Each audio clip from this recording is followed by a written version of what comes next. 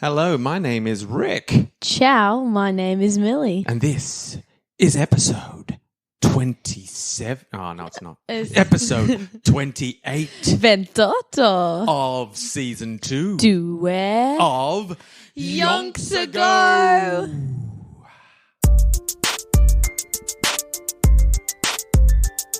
This is Yonks Ago coming into your ears. Now, what are yonks? They're kind of like years. Just a father and a daughter who want to know all about some people from Yonks Ago.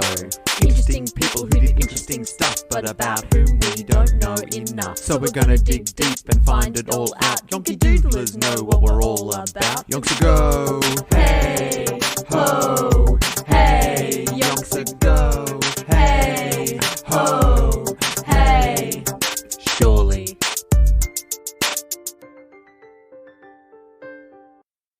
I tell you, we are yet to successfully get this podcast off to a seamless start here in 2020. It's fine. You don't mind? Embrace failure. Yeah, it's not 2020's Yeah. got that sort of slipshod feel about it. Yeah, bro. Who cares? Oh, maybe it's just January in general. Yeah. General. Yeah, I reckon. That's my new word. Yeah. General. It's general, but in January. Yeah, general. Yeah. That's one of the best words that you and I have ever collabed on. Well, yes, I reckon. 100%. So it is episode 28. Yeah. Apologies for any confusion that may have occurred. We are. In fact, not 27. But you know what's another reason? What? Yonky Doodlers, please be aware, no matter when you're listening to this episode has been recorded on Monday night.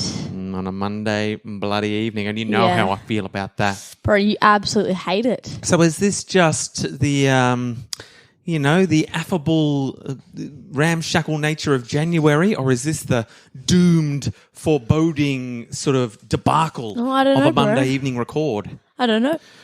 I'm all right. Time will tell. You've got hiccups. Yeah. I mean, the madness is building. I've suddenly realised that I put the dishwasher on before we recorded. Oh, yeah. And we're sitting right next to the dishwasher. But it should be fine, you know? Adds a nice background noise. It's a background hum. If Yeah. anyone's using this podcast as some sort of white noise situation, Yeah. then we're only helping. I mean, why would you do that in the first place? But if you do, then... No judgment. Yeah. You do you. But, like, we're a bit loud. Yeah, we're not the best white noise in We're the just... business. Yeah. But maybe you'll bookmark the dishwasher episode. Yeah. It's got the most white noise of all. Unless... But look, episode 27, we left Nancy in quite a state. what? Remind me again? She'd been followed. T. Henri had said, no. "You got to get out of town. Nancy, my darling, you must get out of town." And she was like, you know what? I know you're going to cheat, Yeah. but that's okay. I respect that, but just so long as Yeah. you don't ask me if I've Don't cheated. ask me one damn question Because about what I got up to. I got an Ian Garrow waiting for me. Nancy Wake loved to party. And she knows, mate, when war's in full swing, Yeah. she's like, A, if the bombs start dropping, Yeah. I'm not going out without a good time. No. And B, if the war finishes when I'm in England, Yeah. God's to celebrate. Exactly. And C, I'm Nancy Wake. Loves a party. Loves a party. So there was the three very compelling reasons Yeah. that Nancy gave her husband Henri for why they just need to be on a war break. Yep. Because she's got to get out to town. Yep.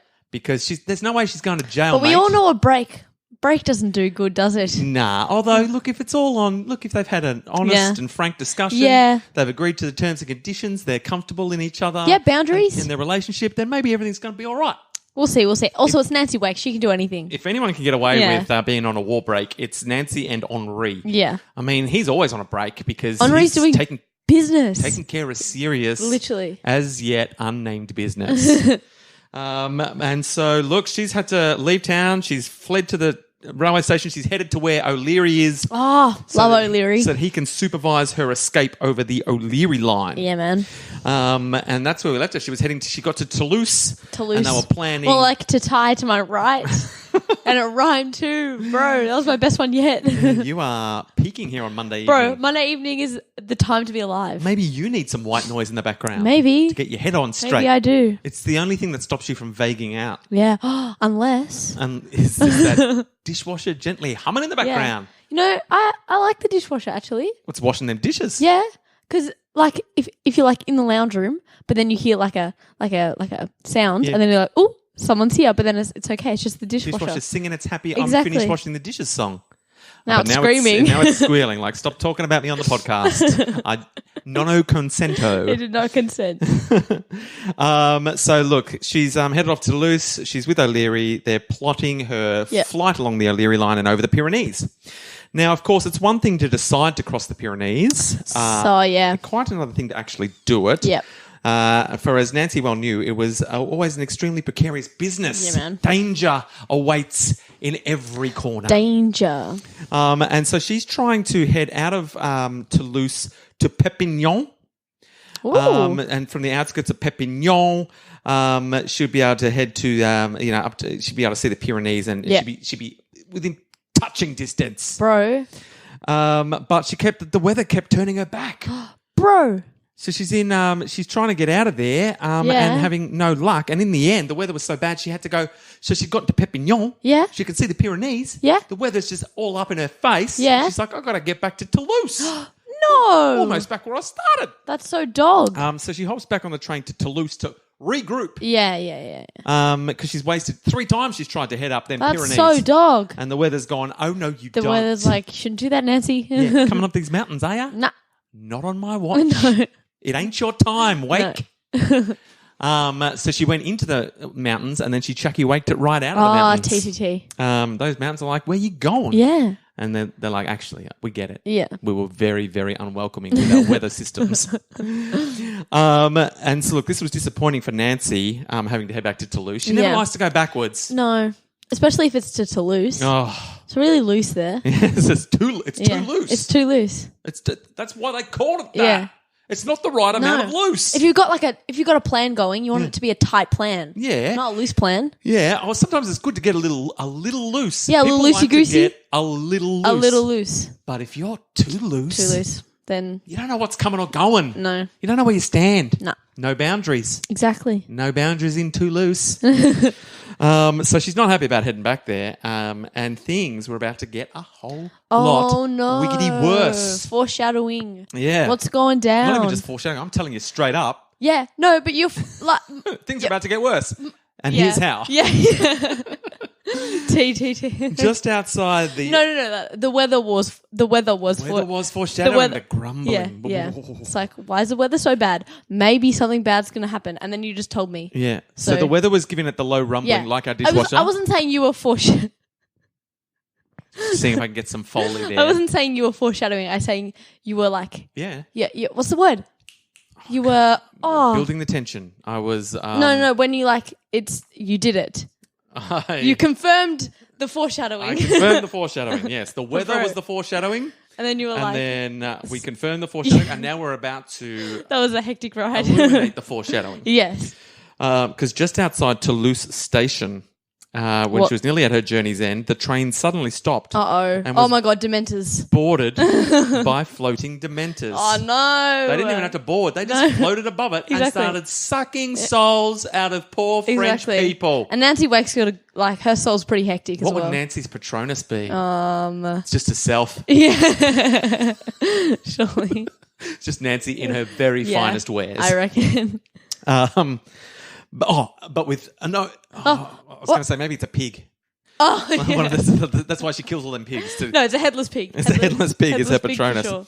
So the Dementors arrived. She launches a headless pig and she's saved. Hooray! Woo! No, what happened was the Dementors of the time, real life Dementors, it was armed police with guns demanding that all get onto a waiting, that everyone needs to get onto waiting trucks where they will be taken down to the station to have their papers examined. Oh, that's not good. Nancy does not want this. Should not have gone back to Toulouse. She don't need no scrutiny. No. She's not prepared. No. She's been trying to head up some mountains for weeks, getting nowhere.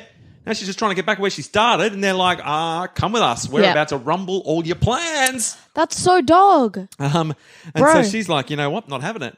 And Nancy made a bloody jump for it. She jumped out the window? Yep, she made it. She got onto the truck. They're like, here, comes this way. Follows the German officers onto the truck, you Frenchies. And she gets on there and she just jumps right off the other Loophole, side. she's not French. Oh, yeah. Well, they don't know that because they haven't checked her papers yet.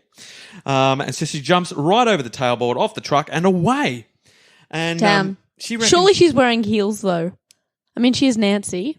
I reckon she Oh, she got sneakers in the backpack. Yeah, she's always detachable heels. Yeah, you know what? Because that's where she keeps radio parts. Yeah, she's got spy shoes. Nice. She's got them secret spy shoes. So she hops onto the truck, rips off her heels, just the heel part of her shoes. Yeah. Throws some radio parts to other people. Says call for help. As you do. Jumps off the truck and makes a run for it. She's making good time. Yeah. But then she turns a corner. She's like, I'm in the clear. They haven't followed me. Oh, never say that. Turns a corner and runs into a whole bunch of students who were demonstrating against something. You know what students are like. You've been there. Bro. You've been on some student demonstrations. Yeah. Be the change you want to see.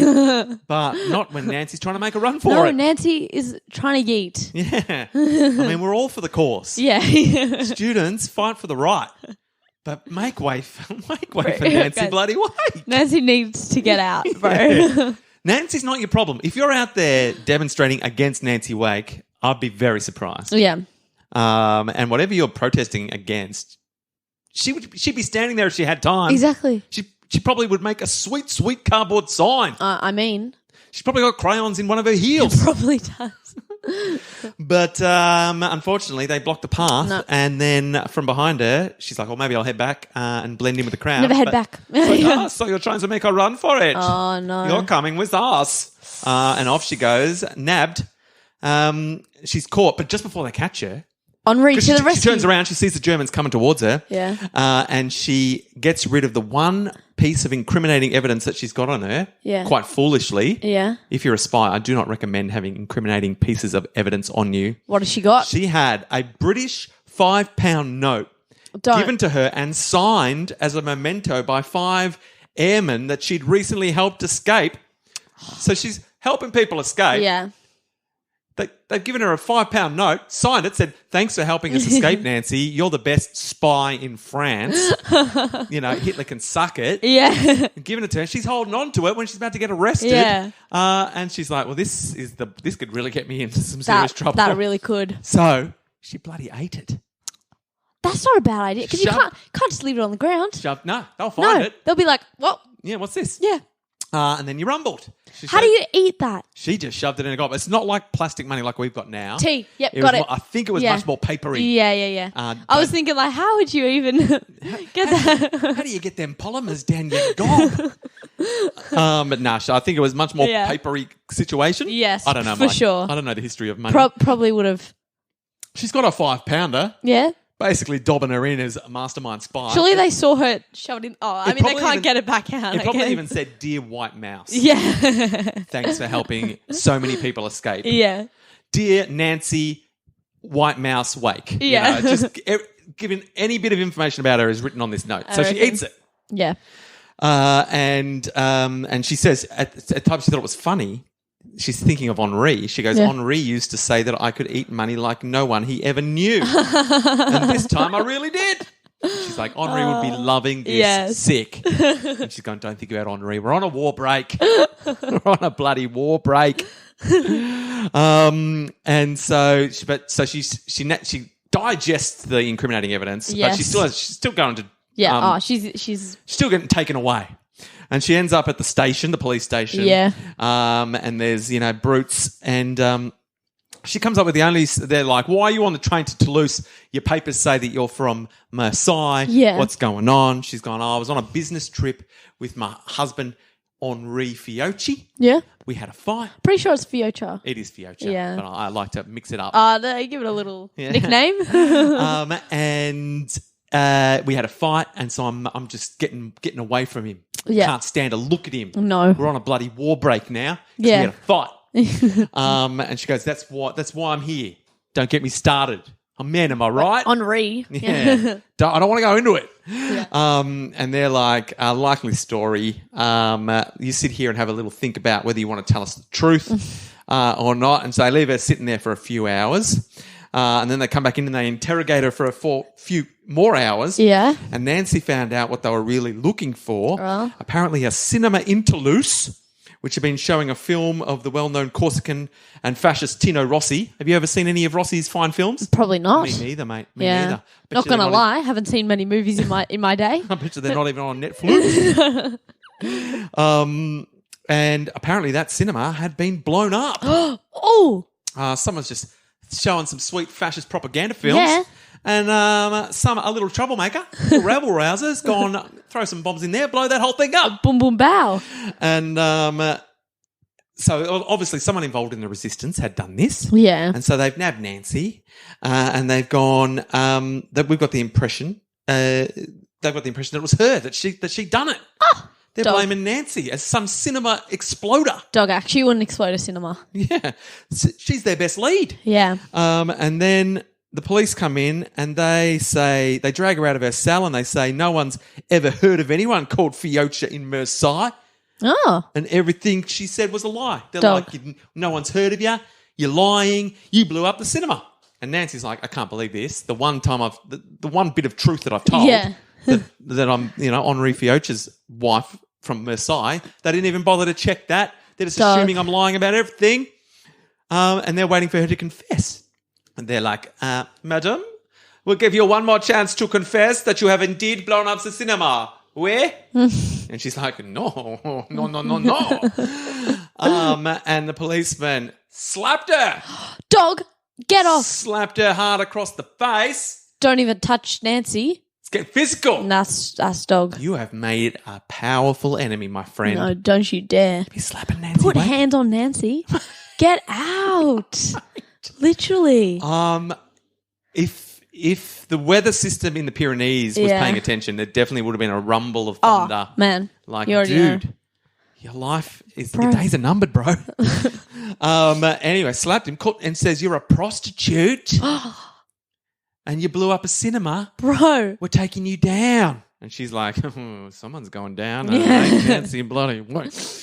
And so they're trying to get a confession out of her. Yeah. And she realizes they don't really care. They've just decided it's her. They need someone to pin it on. Yeah. No one's going to really do too much investigating. No. They've decided Nancy Bloody Wake, whoever they've decided she is, the prostitute from Toulouse, is blowing up cinemas and they've nabbed her. They're going to be telling all their friends, we got her. Yep. We got her. Case closed. Sucked in. Case closed. Years from now, someone will do an unsolved crime podcast about this prostitute from Toulouse who wasn't guilty. It was Nancy Bloody Wake. Who blew up the cinema? I don't know. Wasn't it wasn't Nancy. No. Otherwise, that would be in the bloody book. She was trying to get over the mountains. And so... What? Yeah, so the police are convinced that she's a prostitute from Lourdes. From Lourdes. Lourdes. From Lourdes. And that she'd been involved in the bombing. The irony of the situation, of course, was that while Nancy was telling an out-and-out lie about why she'd been on the train in the first place, the fact was they were framing the wrong person. So, yes, she was completely lying and she was guilty of a lot of stuff. Yeah. Just not this. Exactly. So I guess swings and roundabouts. Yeah. They nabbed her for something, whatever. She's like, I'm definitely screwed. Yeah. And then she looks up. Like, she's been in there for about 4 days now. Oh, dog. And she looks up and they're standing at the desk. 4 days in, she looks up. And she thinks she must be hallucinating because they're standing there. It's bloody O'Leary. Bro, I knew it. Smiling down upon her with a big silly grin. And she's like, you idiot, you've gotten yourself arrested. Oh, what's he done? Now we're both in the clink. What's he done? You should have stayed away, you idiot. Yeah.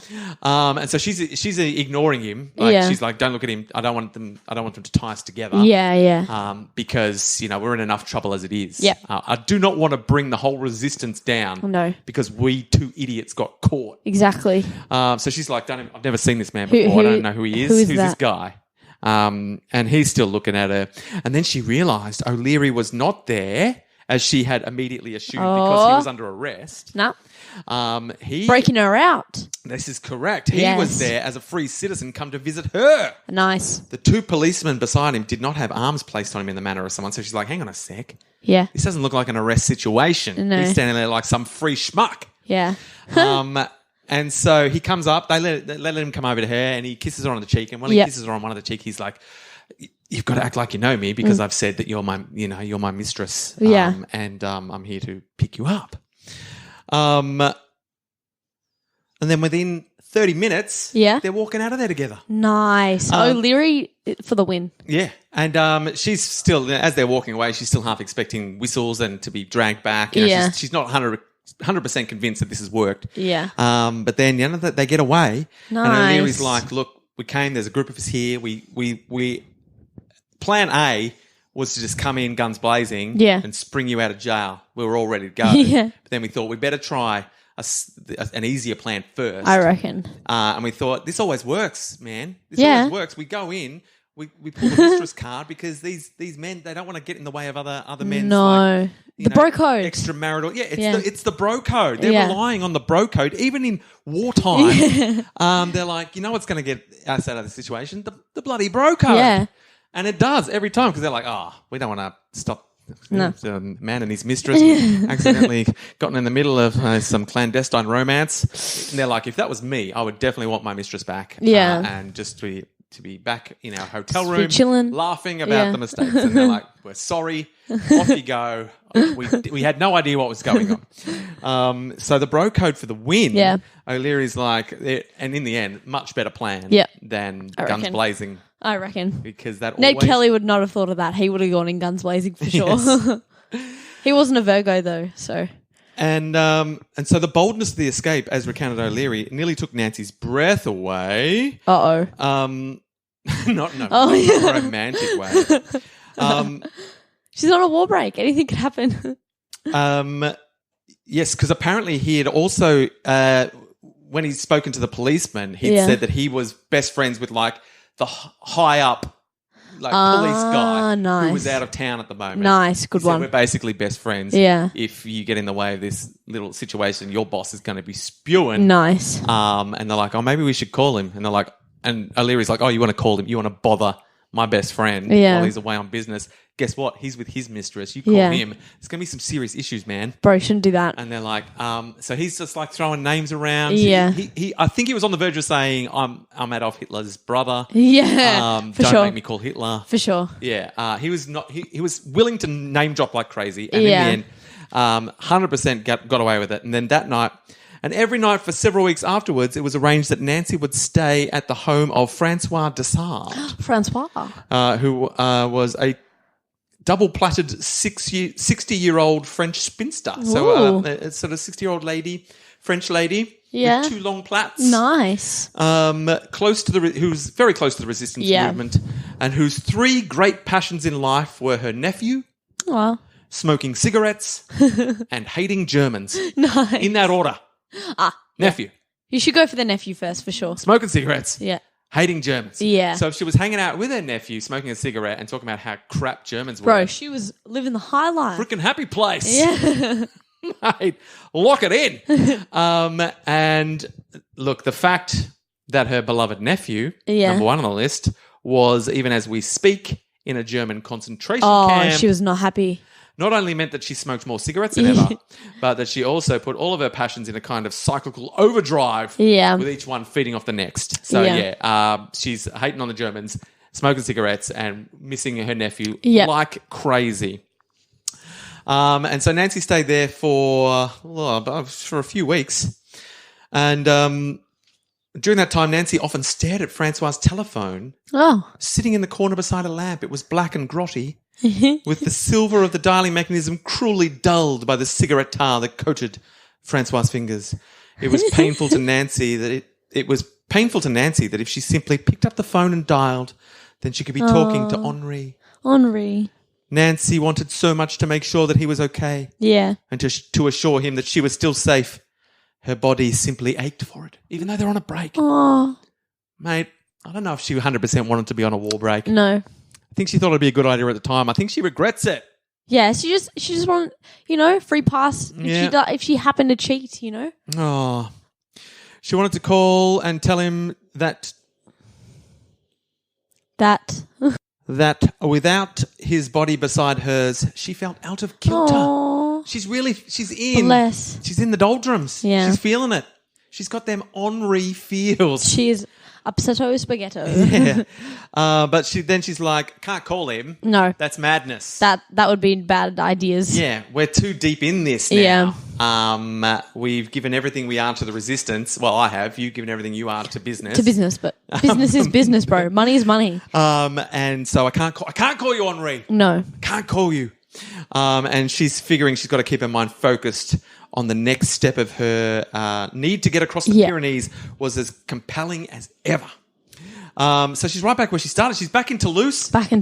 She's dreaming about getting across the Pyrenees. All that's happened is she's gotten real close to getting busted. Yeah. O'Leary saved her, and she's got them honorary feels. Yeah.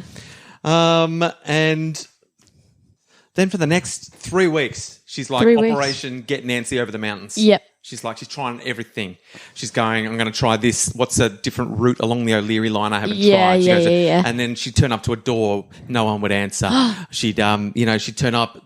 The house had burnt down. Oh. She'd go to arrive for a meeting. Then the police would walk by and she'd have to scarper. Yeah. Everything's just like, everything she tries, not working. Going wrong. And she's also extremely nervous about getting busted now. Yeah. So she's not taking any chances. And Nancy never gets nervous, so this is bad. Yeah. And after all, the consequences of being caught, because by now the consequences of being caught helping people were real grim. And people were less and less willing to put their neck out. Exactly. Even for Nancy, who'd done so much. I know. And so she's finding it extraordinary, she remembers, and extremely frustrating because she's thinking about all the people she sent over the Pyrenees. Yeah. And then when it's time for her to go over, she seemed incapable of doing it. She needed another Nancy to help her out. She says it was like fate was conspiring against her. Oh, rip. So, the mountains are right there. Can't get them. Can't get over them. She's nothing if not persistent, though. We know that about Nancy. Yeah. We know that. And Nancy was on the point of heading off for the 6th time.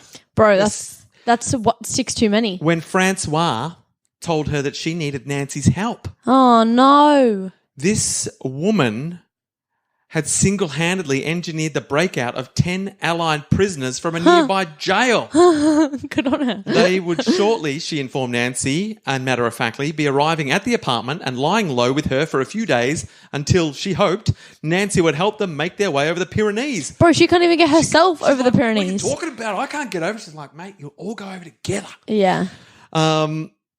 She's like, mate, I've broken them out. Yeah. We've got to get them free. Get them over. They'll sign a £10 note for you. There's 10 of them.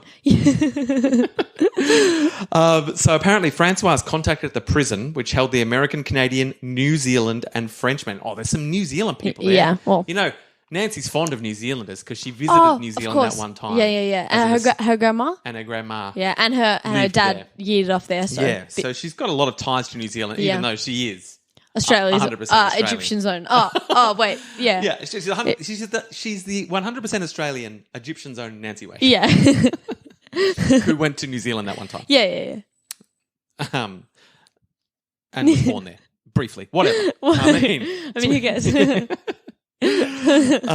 Now, through her contacts with a friendly pharmacist, Francois had managed to procure a very potent sleeping drug, which she mixed in a bottle of wine. Then she put the cork back on and gave it to the guard. Because they'd made so they made friends. Yeah. The contact knew a guard. She knew, everyone's... Bro, guards are so corruptible. Bro, guards just... The resistance wouldn't have gotten very far if they hadn't been able to really bribe some guards. Yeah, bro. So they knew one guard. The guards are out here. They gave that guard the sleeping wine to give to the other guard. Yep. That guard drank it. And fell asleep. He gave the wine to his co-warden on the night in question, who promptly drank it and disappeared so far into the land of sleep that he did not stir, even when the cell keys were removed from his belt, not even when he was dragged into the cells and the door clanged shut behind him, nor finally with the heavy echoing clink of the lock seconds later. So they drugged him, escaped, locked him in the prison cell. Yeah. I mean, it was a pretty potent drug. Chances are he's dead. I mean...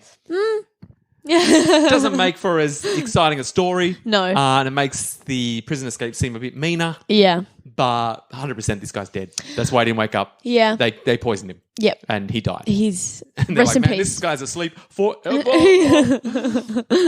And so they do that. And then the first that Francois and Nancy knew that the plan had worked was when there was a insistent knock on the apartment door at 2:00 in the morning. Damn. I mean, that's no time to be knocking on doors. No, that's going to arouse suspicions. That's sus as. And when they opened it, 9 men in filthy, stinking prison garb and the guard who had worked with them quickly entered. With adrenaline in higher supply than whiskey, they all talk till dawn and beyond. So they're all like, Yeah. they're all pepped up. Was They're one like, of them the nephew? no, I think this was just a no. I don't think it was. Is the like nephew somewhere else? I think he's in a much He's in a sticky situation. worse Yeah. concentration camp. Oh no. Yeah, Rip the nephew. yeah. And so then they're there just having like a slumber party. Yeah, like, they're chilling. giggling at each other's jokes, talking about how great it was they escaped. Yeah. Saying that the guard, we might kill you still because you're a guard. Yeah. He's like, please don't. I helped you escape. Yeah. I'm like, all right, I'm just joking. You're one of us now. And then, so then they've arrived and now they've got to try to all get over the Pyrenees. Bro. But I feel like that might be all the time. It certainly is. Oh, we've gone way over. I've garbled on. You know what? That's fine.